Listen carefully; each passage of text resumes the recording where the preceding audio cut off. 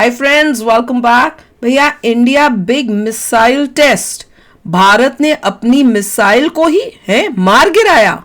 दहल गई दुनिया। DRDO AD-1 missile.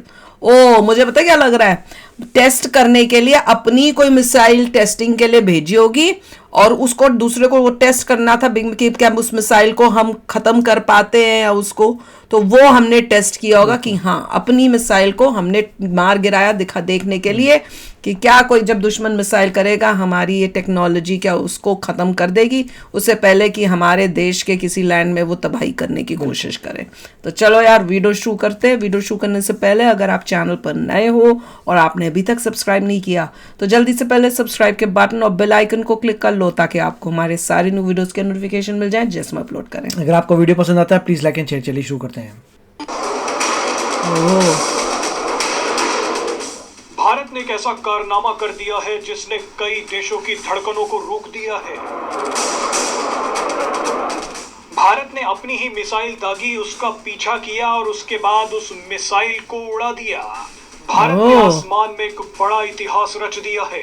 आसमान में यह कारनामा करते वक्त जमीन से 10,000 लोगों को शिफ्ट कर दिया गया।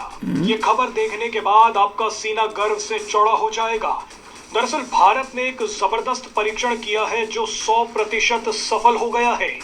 डीआरडीओ ने ओडिशा के बालासोर स्थित अब्दुल कलाम आइलैंड से एक मिसाइल दागी और फिर उसी मिसाइल को स्वदेशी एयर डिफेंस सिस्टम से रोक दिया। आप ये रोंगटे खड़े कर देने वाली तस्वीरें देखिए। डीआरडीओ ने पहले पृथ्वी 2 न्यूक्लियर बैलिस्टिक मिसाइल दागी।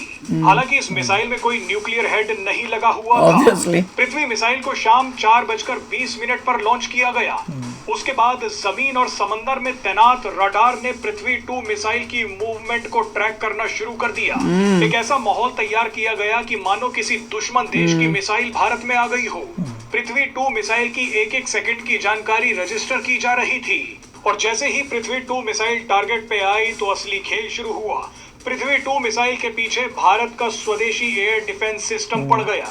रडार से मिली जानकारी के बाद शाम 4:24 यानी पृथ्वी 2 के लॉन्च होने के 4 मिनट बाद ही स्वदेशी एयर डिफेंस सिस्टम की इंटरसेप्टर मिसाइल AD-1 ने पृथ्वी 2 को पकड़ लिया।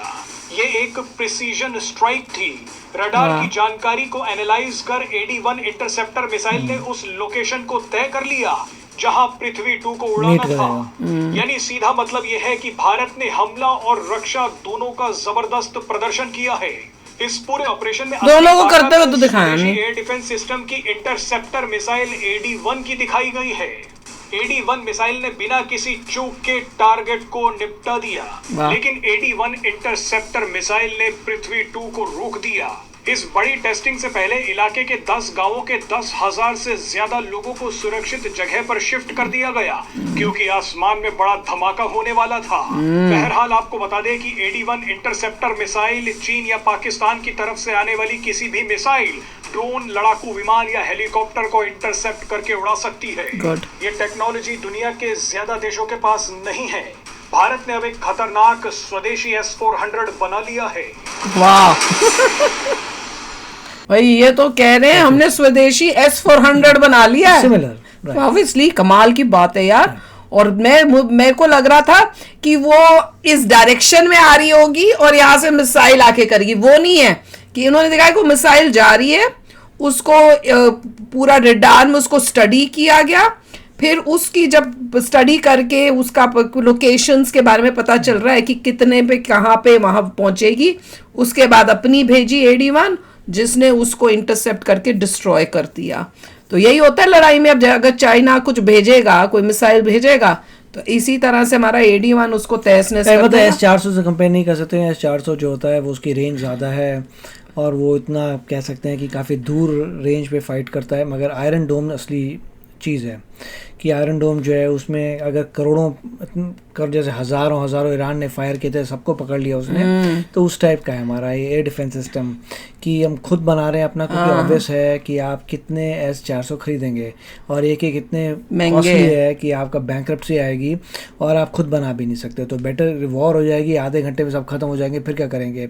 इसलिए अपनी चीज़ चाहिए और बहुत अच्छी बात है। इंडिया को सबको पता, थिंक टैंक को पता है कि आपको अपनी चीज़ चाहिए, उसी चीज़ को टेस्ट करें। ऑब्वियसली इसके स्टैटिस्टिक्स ज़्यादा बताएंगे नहीं क्योंकि अगर जो भी बताएंगे वो एनिमी को पता चलता है, तो क्यों बताएं एग्जैक्टली कि ट्रू डिटेल्स। अभी ऐसे रफ बता देंगे भाई ये था, बट एक्चुअल डिटेल्स किसी को पता नहीं चलेंगे। मगर इतना पता चल रहा है कि डिफेंस में काफ़ी काम हो रहा है, कि अभी जितनी भी इतनी वॉर्स हो रही है, यूक्रेन रशिया की वॉर्स हो रही है, वहाँ पे गाज़ा में प्रॉब्लम आई हुई है, ये सब चीज़ें देखकर मेरे ख्याल से डिफेंस को भी है कि जल्दी से हमें भी अपना सिस्टम करना है, जिससे अगर हमें कोई अटैक करता है तो कोई प्रॉब्लम ना हो। और तो बहुत ही क्रिटिकल चीज़ है, बहुत ही अच्छा दिखाया है कि दोनों में उन्होंने दिखाया कि हम उड़ा भी सकते हैं, दूसरे को मार भी सकते हैं, और कैसा जो है हमारा defence system, aerial defence system उसको न्यूट्रलाइज करेगा। हमारे पास दोनों है, ऑफेंसिव एंड डिफेंसिव, दोनों चीज़ें हमारे पास जो हैं अब मौजूद है। अब सिर्फ इन चीज़ों में सिर्फ एक ही फ़र्क पड़ता है कि बहुत महंगी चीज़ें होती हैं। जैसे एग्जांपल भी आयरन डोम का, कि अगर कोई ड्रोन आता है तो कितना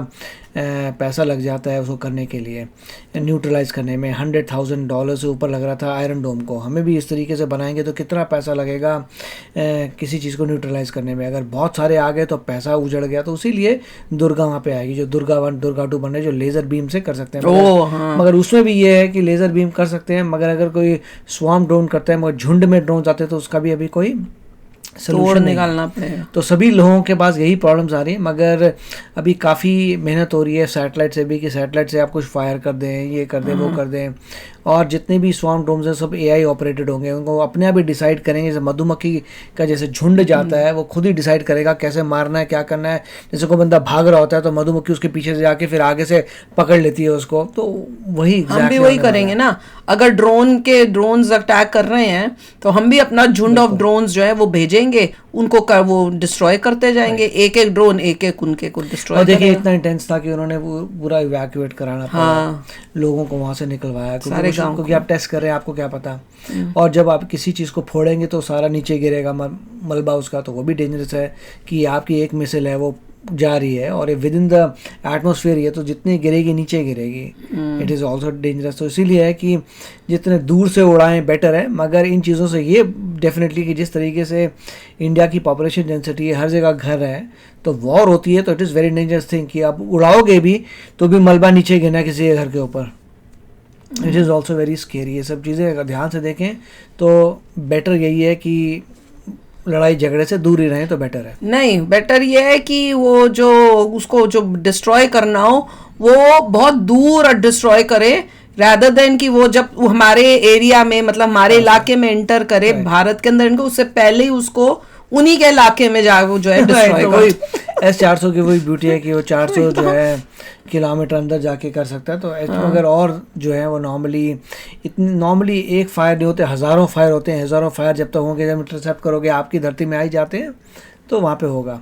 ये अभी शुरू बट देखिए ये वही है आयरन डोम जो है, क्योंकि वो उसे पता है कि बहुत कॉस्टली होता है। वो देखता है कि अगर तो मिसाइल जाके किसी ऐसे एरिया में गिरने वाली जहाँ कोई रहता नहीं है तो उसको रोकते नहीं है। अगर वहाँ नुकसान कर सकता है तो वो उसको रोकेगा। अगर नुकसान नहीं, ऐसी जगह जा रहा है जहाँ कोई नुकसान नहीं है, तो उसको कहता होगा तू गिर ले, तो भैया वहाँ पे कुछ नहीं है। पर अमेजिंग था यार, सुन के बहुत प्राउड फील हो रहा है कि हमने किया है, क्योंकि हमारी ज़रूरत है। हमारे नेबर्स ऐसे हैं, ऐसे नेबर्स हमें मिले हैं, जैसे चाइना हो गया, पाकिस्तान हो गया, उनको काउंटर करने के लिए हमें अपने आप को बहुत मतलब पहले से ही प्रिपेयर करके अपने आप को रेडी रखना होगा, और उसी डायरेक्शन में हम जा रहे हैं। तो चलो यार, आप भी शेयर करना अपने थॉट्स। चलते हैं, मिलेंगे नेक्स्ट वीडियो में बहुत ही जल्द। Till then take care and bye bye. तो अगर आप मेरे इस चैनल पे नए हो तो जल्दी से सब्सक्राइब के बटन को हिट करो और बेल आइकन को क्लिक करो, ताकि आपको मेरा जब नया वीडियो मैं लगाऊं आपको उसके बारे में जल्दी से पता चल जाए।